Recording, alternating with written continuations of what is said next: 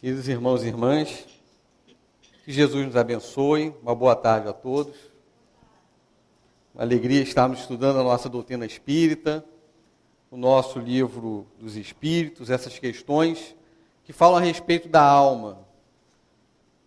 A alma que é exatamente a essência do que nós somos, como nos explica o nosso livro dos Espíritos e a nossa doutrina. Então, é uma alegria grande estarmos estudando juntos e vamos abordar esse tema, buscando encontrar, naquela ótica que Kardec nos traz, o sentido dessa palavra alma.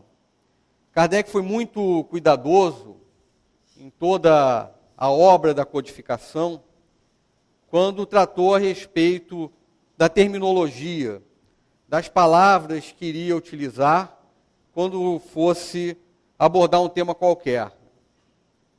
Não só Kardec foi cuidadoso, como os próprios espíritos desencarnados também foram, e a gente vai ver aqui algumas questões que demonstram esse cuidado também dos espíritos desencarnados. Allan Kardec, logo no início do Livro dos Espíritos, a primeira frase, logo no início do livro, na introdução, ele diz que para se designarem coisas novas, são necessários termos novos. Então já estava logo aí, no iniciozinho do livro, preocupado com a questão da terminologia, dizendo que a palavra espiritual, espiritualista, já tinham um sentido próprio. Mas para se designar a doutrina que estava surgindo, em função dos ensinamentos que os espíritos estavam trazendo, era necessário um outro termo, era necessário um outro vocábulo para que não houvesse confusão. E aí então surgiram os vocábulos espírita, espiritismo, espiritista, e essas palavras passaram então a ser bastante usadas. A palavra espiritista nem tanto, mas são termos para esclarecer a respeito dessa doutrina que o nosso querido Kardec estava sendo um intérprete, um intermediário, o codificador da vontade da espiritualidade superior.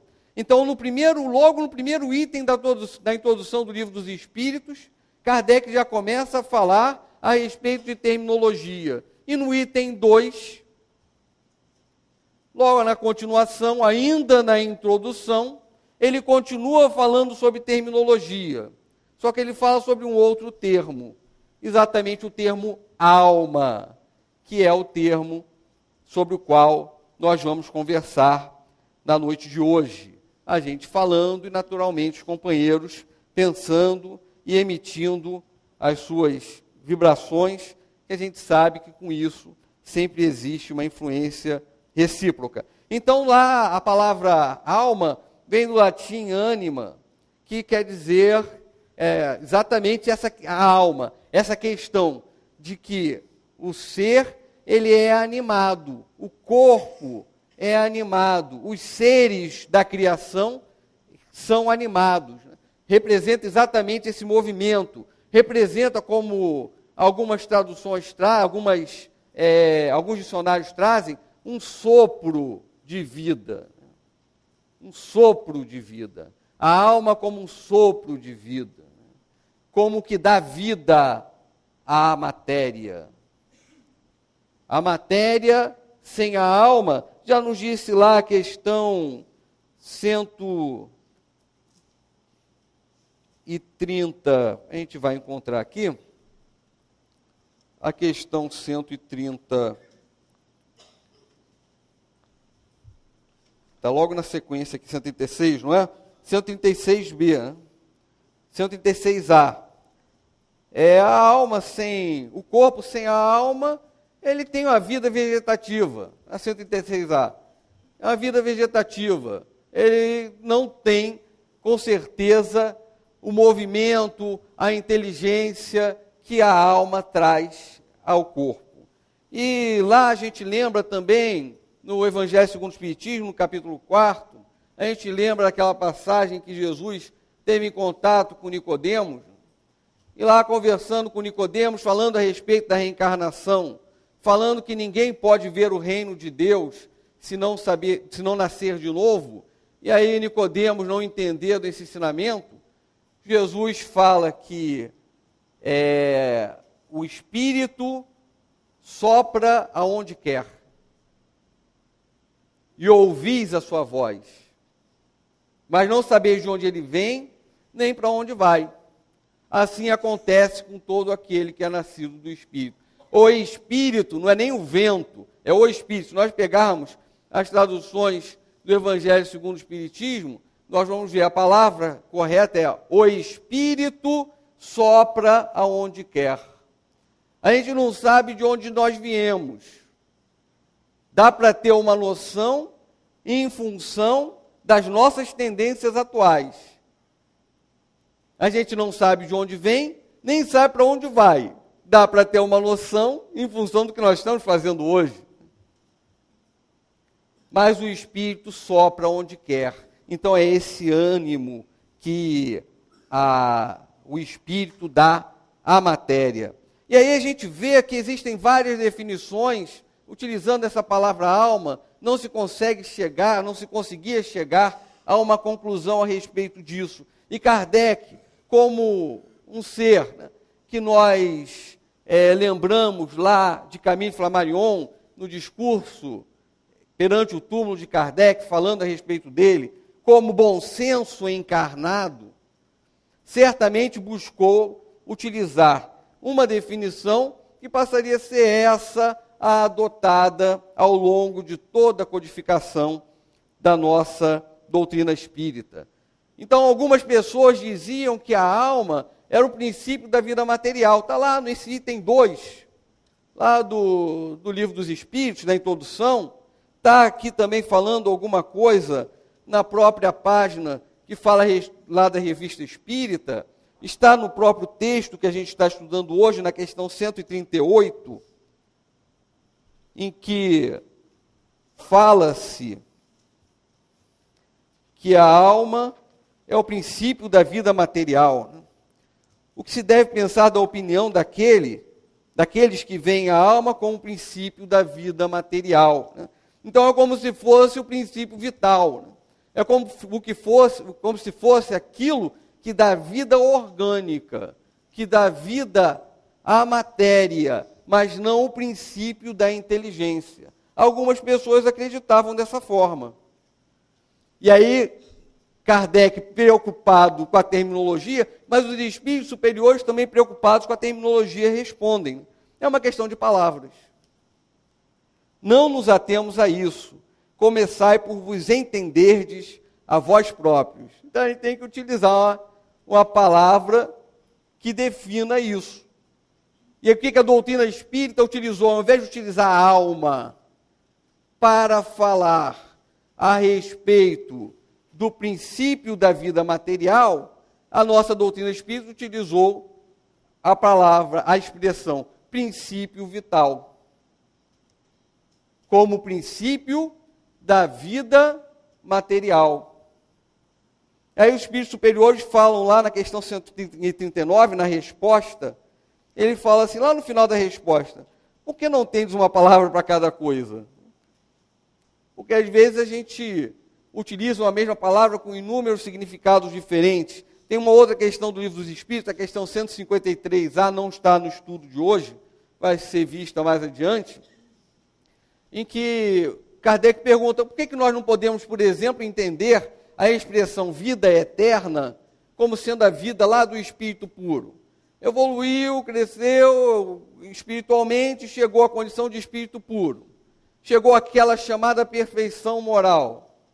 E aí esse espírito, a partir daí, ele tem a vida eterna. Por que nós não podemos chamar assim?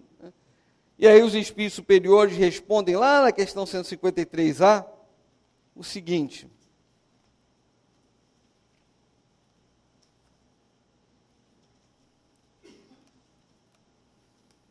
seria antes a felicidade eterna, mas isto é uma questão de palavras.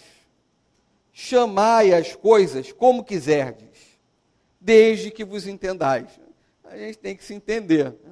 Então foi por isso que ele teve toda essa preocupação em relação à terminologia. A ideia da alma como princípio da vida material passou-se a se utilizar a expressão princípio vital. Mas aí existia uma outra ideia sobre a alma.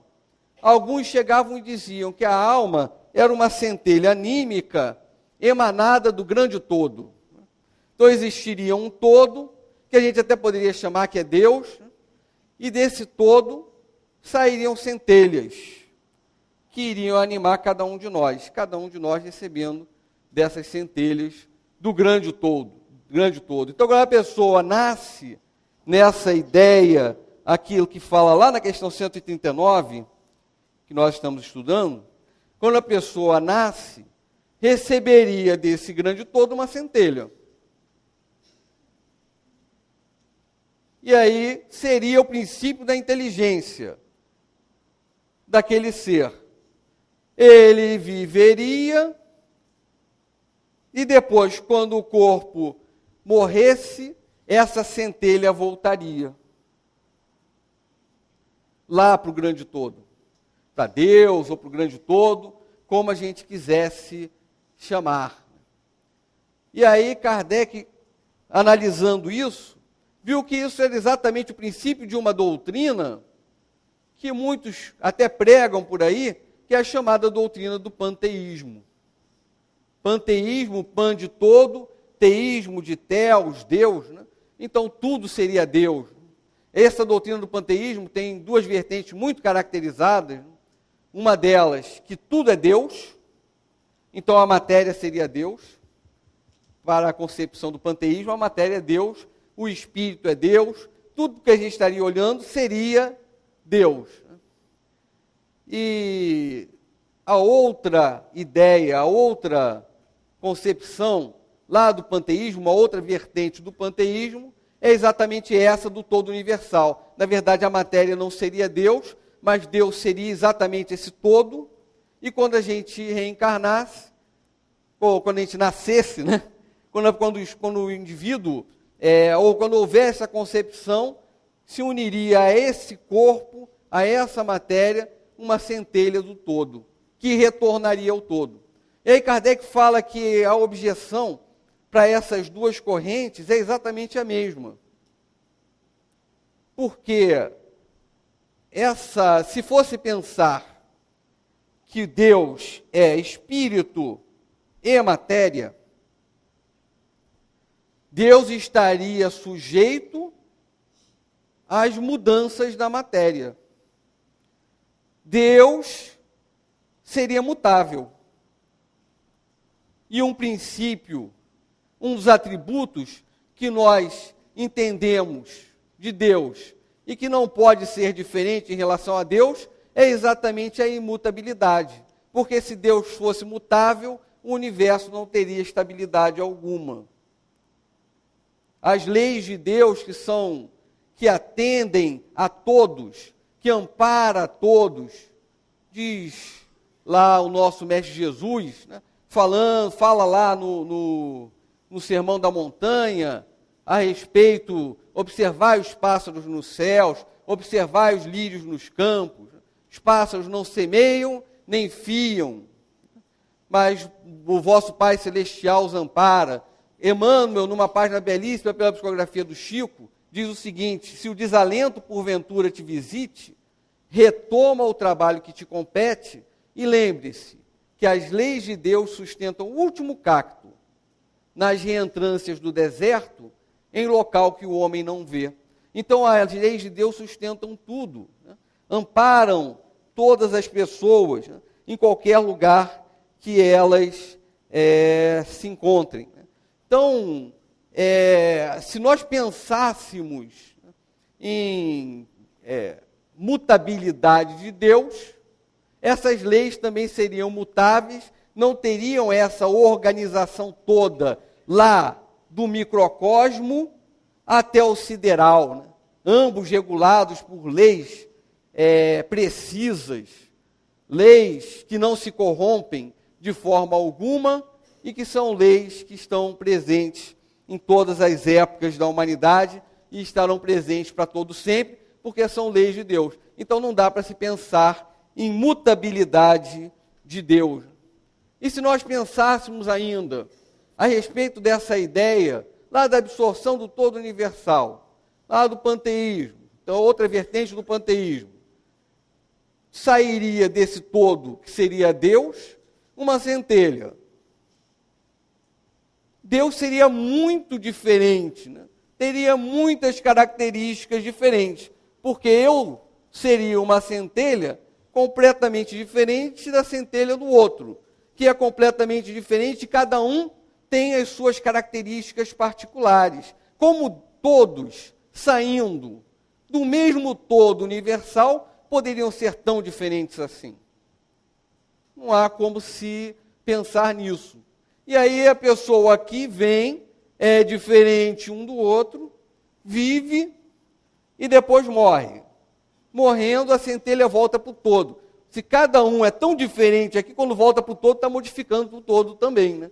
Porque aqui a pessoa se modificou, aqui a pessoa viveu, né? As pessoas não nascem e depois desencarnam exatamente da mesma forma. A gente se modifica no contato com o outro, se modifica no contato com as intempéries, no contato com as dores, né? Diante dos momentos de felicidade também, a gente está se modificando o tempo todo, né? E depois de se modificar, voltaria para o todo, estaria movimentando o todo, estaria mudando o todo. E isso não seria possível. Então, não se pode pensar nessa concepção do panteísmo, nessa concepção que busca trazer uma acepção da palavra alma, como verdadeira, justamente porque existem inúmeros obstáculos que impedem esse raciocínio. E aí Kardec vai falar a respeito do sentido da palavra alma, só para esclarecer essa ideia do panteísmo, essa ideia do todo universal. Existem muitas vertentes religiosas que adotam essa concepção, especialmente vertentes relacionadas lá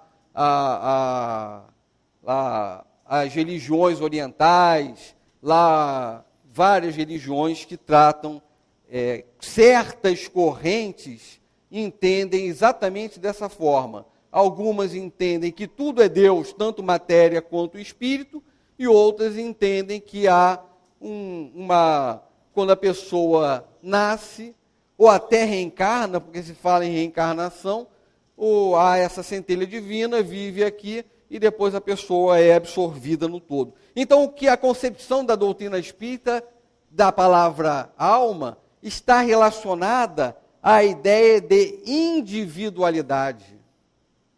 Nós somos indivíduos. E nós não perdemos a nossa individualidade após a morte do corpo.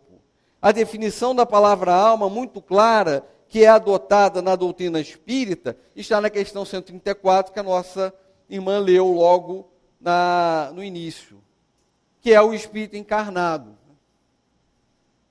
Então, a ideia de espírito e de alma, espírito e alma são a mesma coisa, são coisas diferentes. E aí lá Kardec fala a respeito disso, logo na questão seguinte, a 135, quando ele diz, 135, 134b, né? As almas e os espíritos são, portanto, identicamente a mesma coisa? Sim, as almas são apenas os espíritos.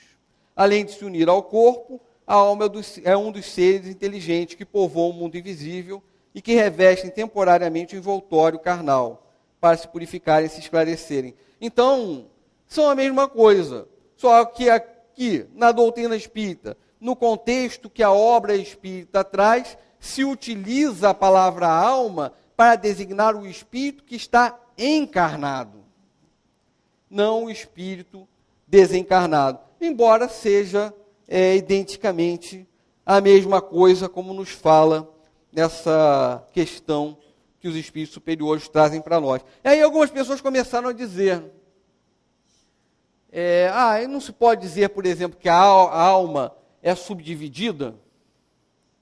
Por exemplo, existiria uma alma para regular certas características e certos órgãos do corpo, uma parte da alma regularia uma outra parte do corpo, uma outra função, então a alma estaria subdividida em várias funções diferentes. Será que isso é algo possível? Será que isso é um entendimento correto? Pergunta Kardec aos espíritos na questão 140, quando ele fala a respeito da subdivisão da alma. E aí os espíritos superiores dizem o seguinte, que essa ideia só poderia ser possível se se utilizasse para a palavra alma a ideia de princípio da vida material, de princípio vital que realmente está com diversas funções subdivididas ao longo do corpo. Mas para o conceito de alma que a doutrina espírita traz, ela não possui subdivisão. A alma é um espírito encarnado, que não é subdividido. Ele é íntegro, é inteiro.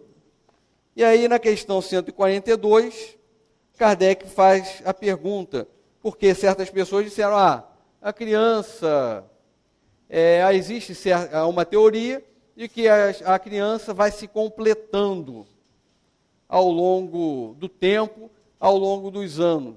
É como se a alma se completasse a cada período de vida.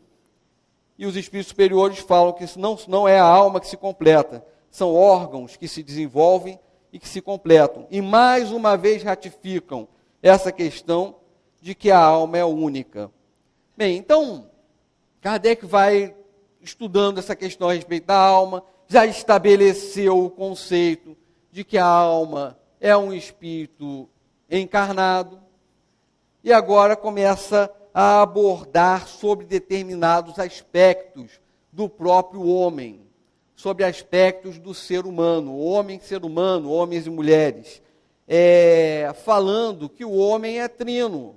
O homem é composto de três coisas. Aí é o homem que é composto de três, homem e mulher, né? São compostos de três coisas: espírito, perispírito e corpo. O que nós somos? Nós somos essas três coisas? Em essência, nós somos o espírito. E o que é o espírito? Ser inteligente do universo, princípio inteligente do universo. Nós já nos estudamos no livro dos Espíritos, os elementos gerais do universo, espírito, matéria e Deus acima de tudo. Então, nós somos o ser inteligente do universo.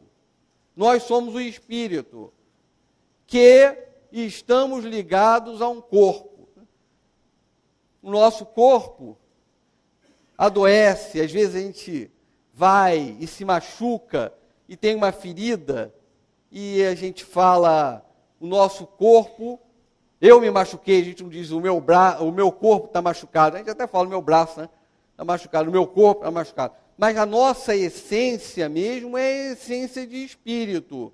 O corpo é o nosso instrumento. É como nos disse André Luiz pela psicografia de Chico Xavier, lá no livro Os Mensageiros, o corpo é a máquina divina. É aquele recurso que nos permite vivenciar com o outro, diante de limitações que a vida corporal certamente traz, e nessa vivência, com as dificuldades, com as limitações, com a enfermidade, com todas as impossibilidades que o corpo físico muitas vezes gera, nós temos que aprender a conviver com o outro e nos tornarmos melhores. Desenvolvemos a nossa inteligência em função das limitações do organismo corporal. E desenvolvemos também a nossa moralidade, o nosso sentimento, pelo convívio com o próximo, pelos afetos e desafetos, por aquilo que nós fazemos de bem ao outro e por aquilo que também nós fazemos errado, por aquilo que o outro nos faz de bem e pelo que ele também nos faz de equivocado. Então nós somos corpo, ou melhor dizendo, espírito, perispírito e corpo. Espírito como a essência. O corpo já nos é intuitivo, né? O que é exatamente, né? O organismo material. E o perispírito? O perispírito é exatamente um corpo com uma característica de composição diversa. É um corpo que nos fala aqui semimaterial, que serve, dentre as suas inúmeras atribuições, como elo de ligação entre o espírito e o corpo físico. Quando o nosso corpo físico deixa de funcionar, esse elo se desfaz. Às vezes se desfaz mais rapidamente. Às vezes se desfaz mais lentamente. Às vezes se desfaz com menos dor. Às vezes se desfaz com mais dor. Kardec fala a respeito disso, claramente, inclusive utilizando a palavra dor, né, que o espírito passa nesse processo de desprendimento, em função, principalmente, nos fala Kardec, lá aí já está na outra obra, já está no livro Céu e Inferno, da coesão, do grau de coesão existente entre o corpo físico e o perispírito. Se esse grau de coesão é muito grande, o desprendimento é mais difícil. Se esse grau de coesão é menor, esse desprendimento naturalmente é mais fácil. E vários fatores fazem com que esse grau de coesão seja maior ou menor, mas o principal fator, nos explicam os espíritos, mais importante de todos, é a vida moral da pessoa. É o pensamento da pessoa, é a vivência que ela teve. Há pessoas que, pela forma de vida que têm, pelo desapego aos bens materiais, têm essa coesão menor. E aí o processo de desprendimento se dá com mais facilidade. E tem outras pessoas, pela vida sensual que levam, pelo apego demasiado às questões materiais, ele acaba tendo uma coesão maior e o desprendimento se torna mais difícil e se torna mais demorado. Então há espíritos que conseguem se desprender rapidamente e outros se desprendem mais demoradamente. E o conhecimento da doutrina espírita nos ajuda a entender isso e buscar trabalhar para que a nossa vida moral seja melhor, né? Certamente. E isso a gente pode começar a trabalhar desde logo, né? Então, corpo, espírito, perispírito. O corpo pode existir sem alma. A gente já estava comentando algo a respeito disso. Só tem a vida vegetativa. E aí o perispírito. O perispírito, ele serve de ligação, ele serve de envoltório ao espírito quando ele desencarna, não é? Quando desencarna, o espírito vai e desencarna, ele leva consigo esse corpo espiritual, esse perispírito, é o envoltório do espírito. Ele serve, tem uma utilidade muito grande na realização dos chamados fenômenos mediúnicos, com a doação de fluidos, com a combinação do fluido do espírito desencarnado ou do perispírito com o do encarnado. Existe uma função muito grande no que se refere à memória. E aí a gente lembra de Hermínio Corrêa de Miranda, no livro A Memória e o Tempo, ele fala exatamente sobre uma situação em que ele aborda a respeito da memória, do registro dessa memória no perispírito, e entra em detalhes muito interessantes a respeito disso. Mas no prefácio do livro, ele conta que em determinado momento ele estava realizando uma atividade privativa fechada numa casa espírita, e eram estudos a respeito da regressão de memória. E lá, fazendo lá os seus estudos, ele tinha uma atividade que era prática a respeito da regressão. Era um curso de poucas aulas num ambiente privativo da casa. E ele começou a dar passe numa companheira que era quem iria ser, estava sendo magnetizada e quem iria regredir.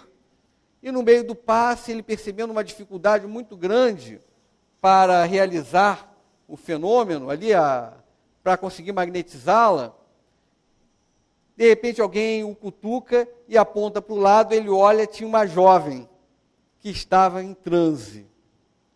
Então ele percebeu que o fluido que ele estava direcionando ali estava indo para outra, por isso que ele estava com aquela dificuldade toda. E aí começou a dar atenção à companheira e conversar com ela, e ela começou a falar da dor que ela estava sentindo, que ela estava sofrendo muito numa última encarnação que ela teve, e começou a narrar a respeito dessa encarnação. E na narração dessa encarnação, ela foi falar que ela estava contando a história de uma vida que ela teve no Antigo Egito, na época de Ramsés II. Era o faraó da época dela, e ela era uma sacerdotisa do templo. Dizia ela que tomava conta do fogo sagrado, era a função dela, e ao mesmo tempo ela analisava todo o processo, via todo o processo em que uma pessoa que era candidato ao conhecimento das verdades eternas, eram os chamados iniciados, que lá eles têm iniciado, nossa doutrina espírita, eles não tem essa coisa de iniciação, mas lá eles têm. E ela sabia todos os passos que o aprendiz teria que passar para se tornar um iniciado. E ela acabou revelando para um companheiro que ela amava quais eram os caminhos a seguir. Porque ele tinha que passar tinha que escolher entre várias portas, qual a porta que seria correta para passar. Depois disso, ele entrava num poço e tinha que saber o caminho para sair do poço, e ele subia por uma escada, tinha um caminho certo para poder sair.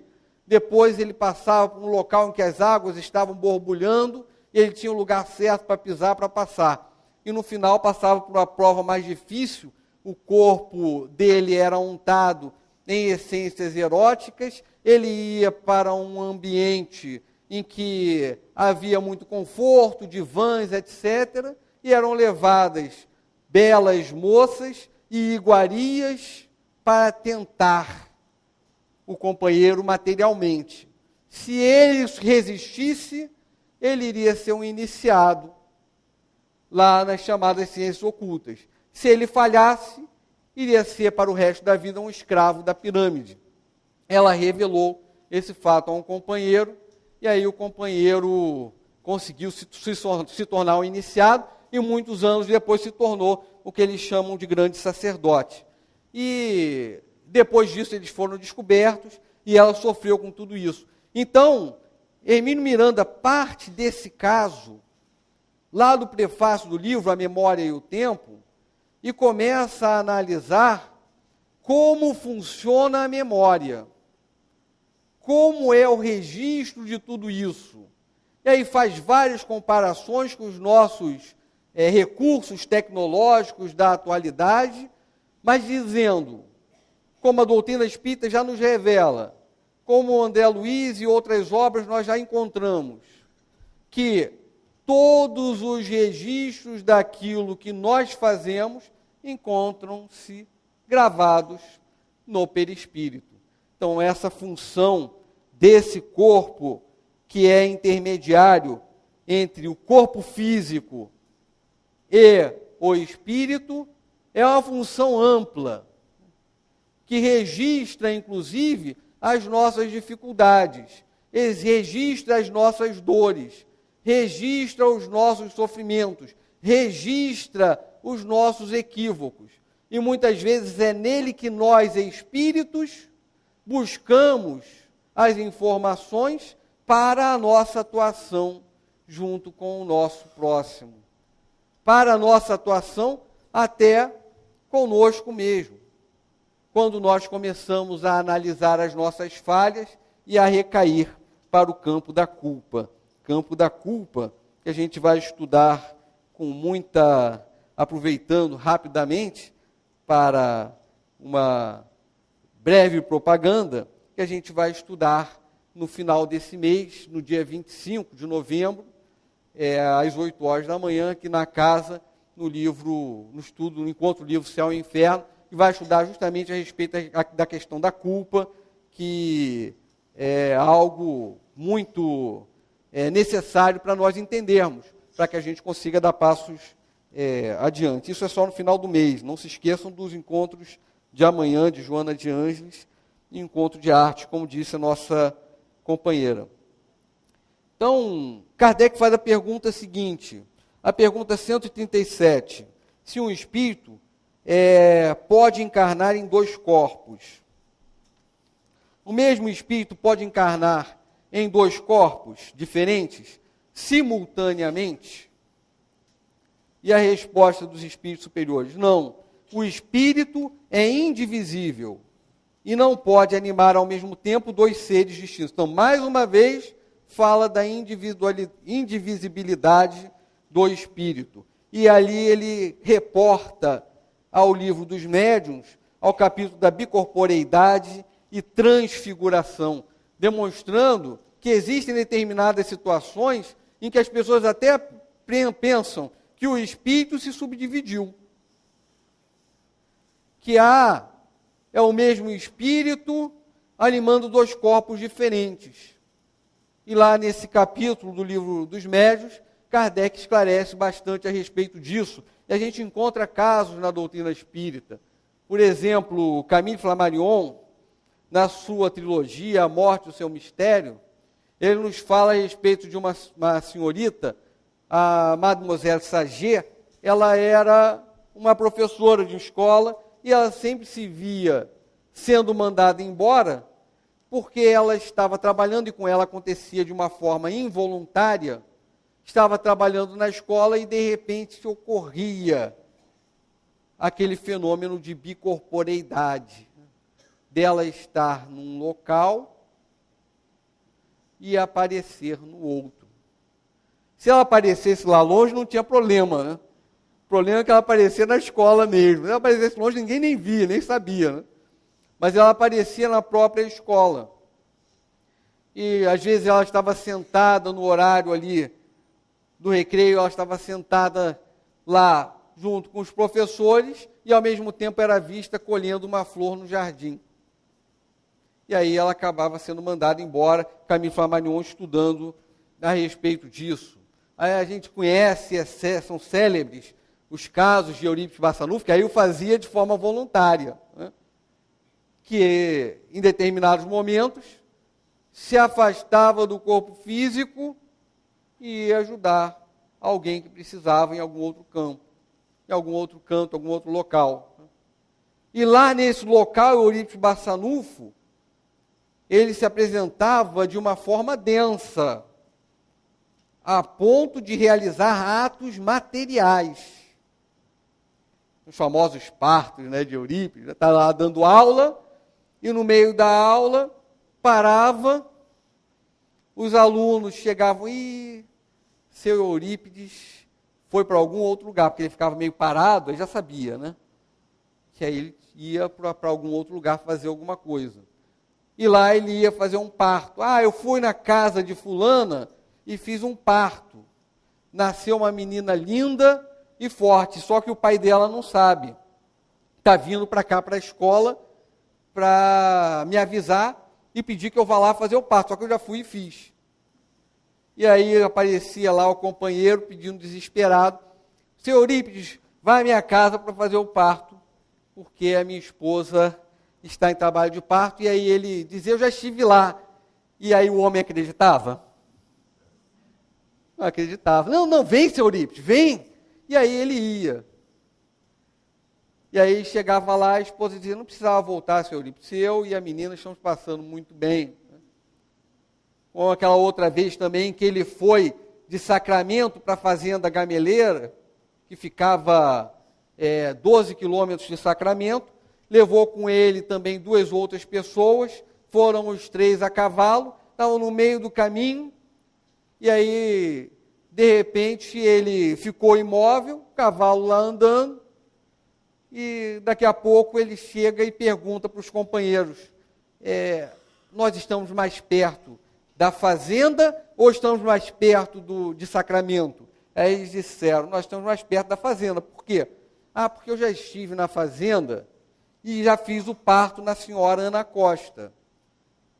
E aí nós podemos voltar para Sacramento. Mas como nós já estamos mais perto da fazenda, vamos lá e tomamos um cafezinho lá na fazenda.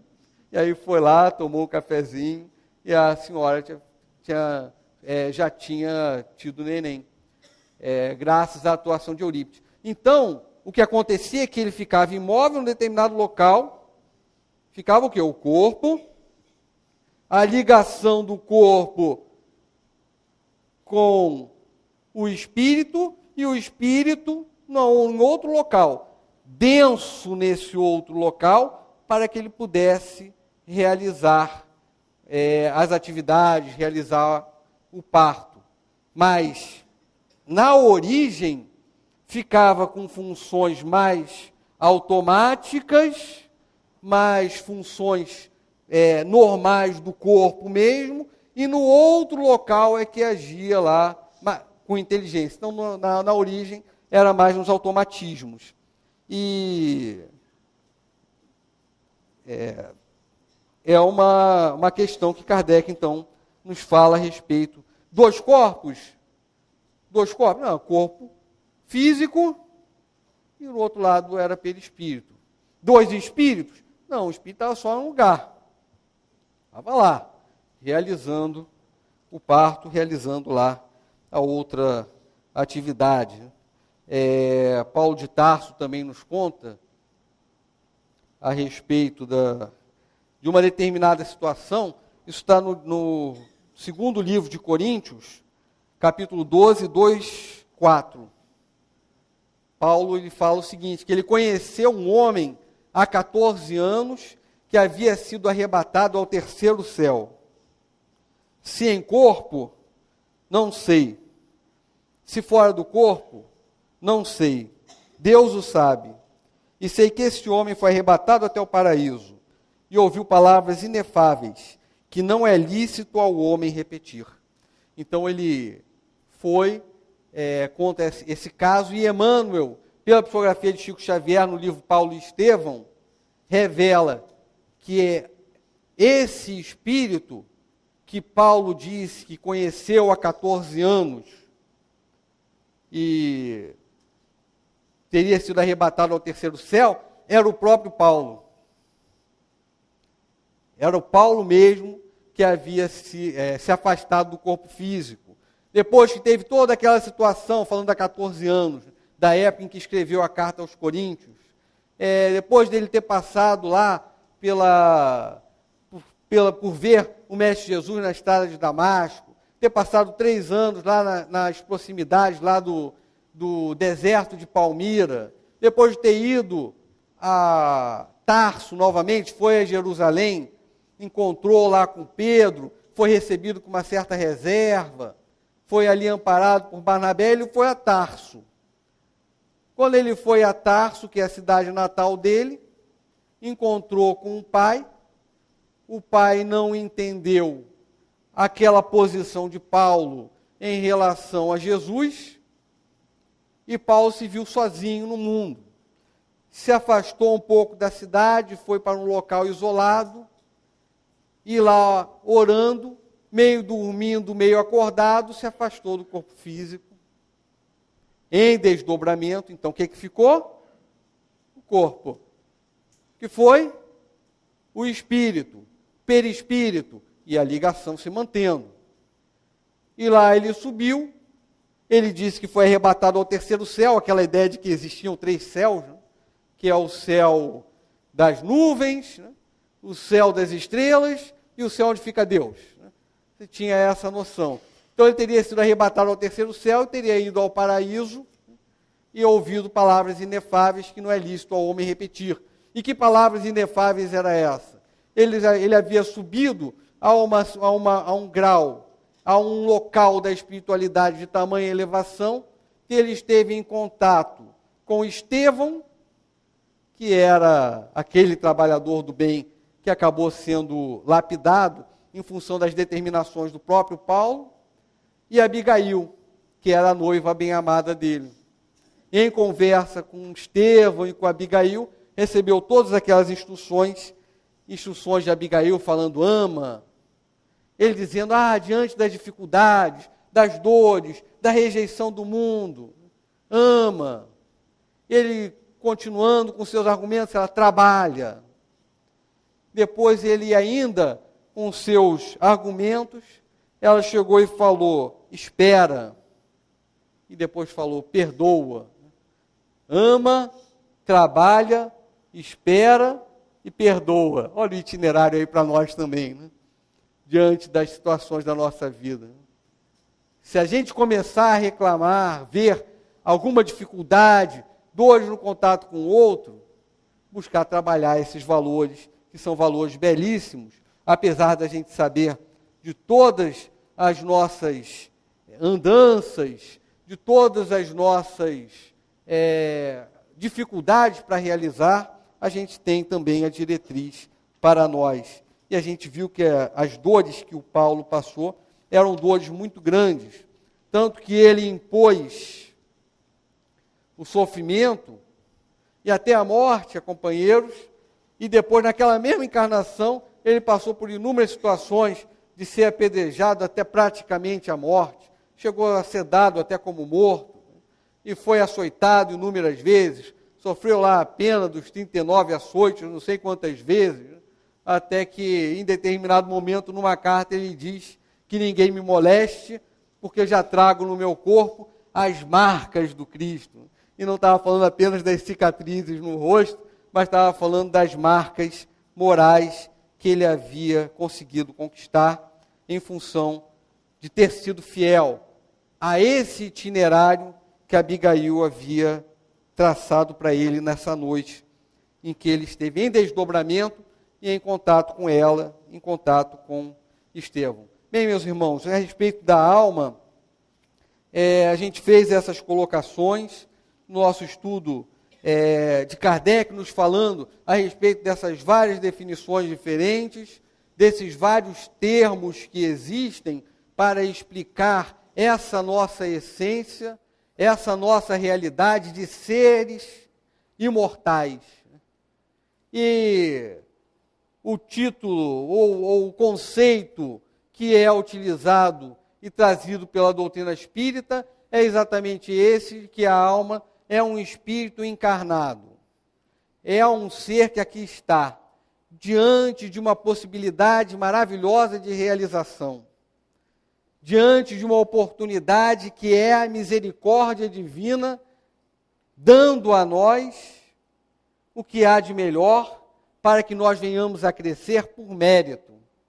Não a felicidade que é dada gratuitamente, mas a felicidade que é conquistada pelo esforço, pela intensidade na nossa atuação, pela perseverança diante das dificuldades, a felicidade que é verdadeiramente conquistada pelo Espírito. É essa a felicidade que nós podemos obter através desse entendimento sobre o que nós verdadeiramente somos.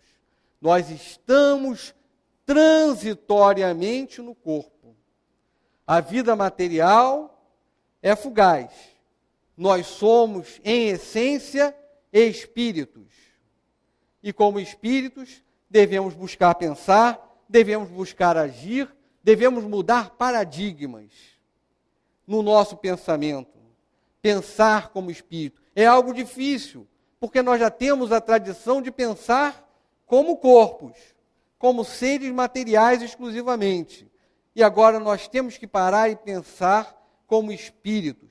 Disse lá um espírito para André Luiz, lá no livro Nosso Lar: se estamos desencarnados, busquemos desencarnar também os nossos pensamentos, dizia lá o espírito. Nós estamos encarnados, não vamos desencarnar os nossos pensamentos, mas nós somos espíritos imortais e vamos buscar, com certeza, treinar, pensar como espíritos imortais, colocar o nosso ponto de vista, como nos disse o nosso Evangelho segundo o Espiritismo, nessa realidade que é a dimensão espiritual, que nós não podemos jamais ignorar diante das informações que nós possuímos hoje. E para finalizar, o nosso querido Cruz e Souza, ele nos fala a respeito da alma, num soneto da seguinte forma: alma ferida pelas negras lanças, da desgraça ferida do destino,